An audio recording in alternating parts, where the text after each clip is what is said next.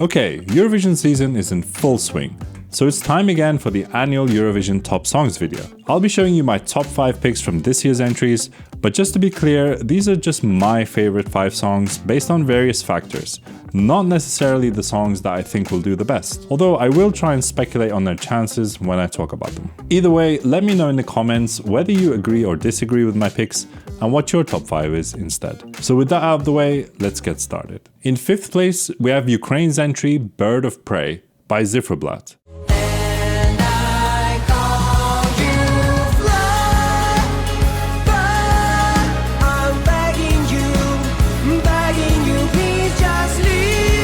In a time where most of the Eurovision entries every year are glossy electronic pop, I tend to admire the entries that choose to do good old rock. The main parts are quite reminiscent of the 60s or 70s, with a more modern alternative rock sound in the bridge/solo section.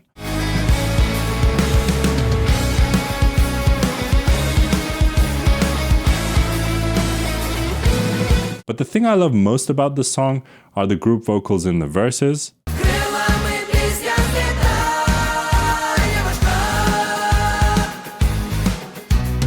and the lovely modal mixture in the chorus.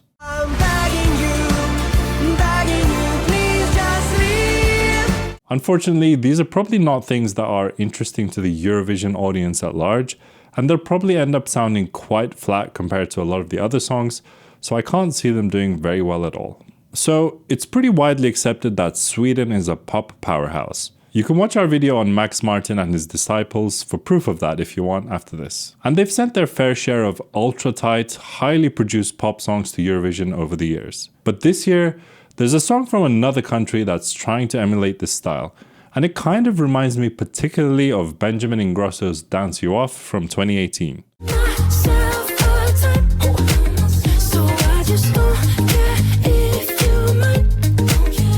But they've put their own cultural spin on it, and that's because they can, because it's Azerbaijan's entry Run With You by Mama Gama.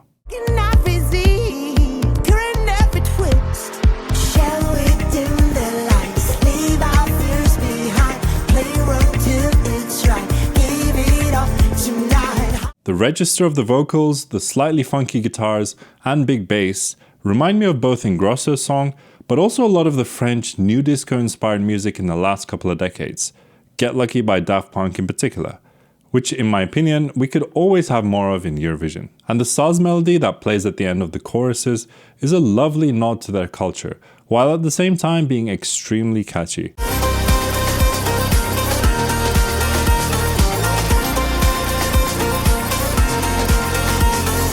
So I think this is a really fun one that should get to the final and hopefully end up in the top half, as long as they have a stage show that's better than the official music video for the song.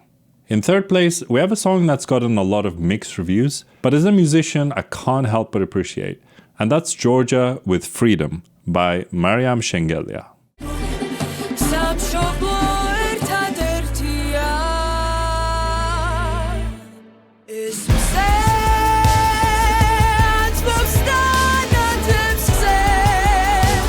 I mean, from the tasty chords in the intro, to the tribal first verse in 5/8 time, to the chorus that wouldn't be out of place in a James Bond song, this song is filled with so much ear candy. But this is also likely to be its downfall, as the ever-changing nature of the arrangement probably means that the vast majority of the audience who'll be hearing it for the first time won't have anything but the chorus to latch onto and remember. It could also get some decent jury points that could save it from being eliminated in the semi-final, but unfortunately I don't think it's going to do that well in general.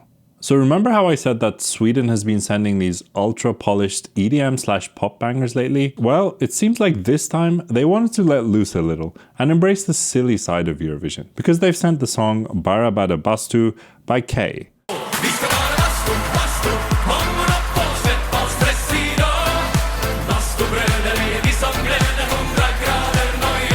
The band is from the Swedish-speaking area of Finland, and the song is in their specific dialect, and it's essentially about going to the sauna, something that's synonymous with Finnish culture. I initially thought that I was listening to a Chantel cover or something. Disco, disco, partisani. Disco, disco, partisani. But apparently it's a genre called epopunk. But regardless, it has a very upbeat and cheeky vibe, while also having several memorable sections. And coupled with the stage show featuring them building a sauna in the background, I expect this to make an instant impact on the audience and do very well in the final. Alright, and now my favorite song from this year's Eurovision, and that's Estonia's entry Espresso Macchiato by Tommy Cash. Por favore, espresso macchiato corneo. Mi amore,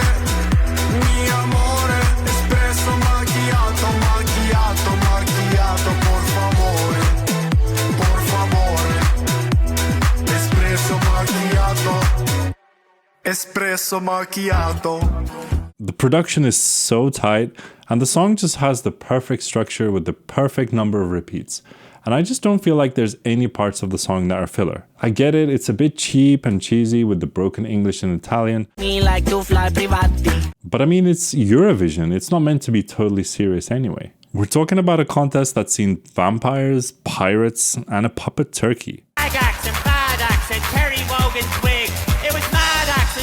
There is, however, a lot of talk about how there could be more under the hood than we think. People have already mentioned how the first video he released was heavily inspired by Andy Warhol's Burger King eating scene from the movie 66 Scenes from America, how his long tie is reminiscent of Trump, and how he might be taking shots at hustle culture with some of the lyrics in the song.